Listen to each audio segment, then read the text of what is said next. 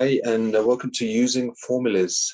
So formulas is all about having various shapes and having formulas that we actually have to associate to different measurements and shapes to figure out what the answer is going to be. So let's have a look at this first question that we have in front of us. So wrong button. Let's try that again. So we have the formula A equals L times W. Is used to find out the area of a rectangle. Work out the value of this area. And the area is going to stand for the letter A. L will stand for the length, and W will stand for the width. So in this case, we've got the length 13 and the width 5. And we have to just calculate this. So we're looking at a rectangle. So we've got the rectangle formula here.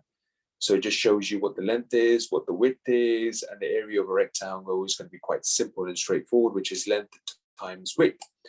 So let's write this down. A equals length times width. So we know that the length is 13 multiplied by the width, which is 5. So now we work out what 13 multiplied by 5 is.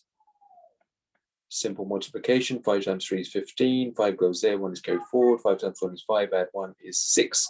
So in this case, it's going to be 65 as our answer here. So let's see what options we've got here.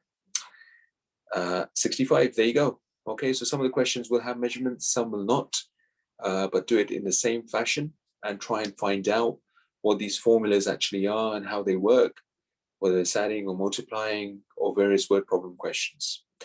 And good luck with this, and we'll follow these up in our next lesson. Thank you.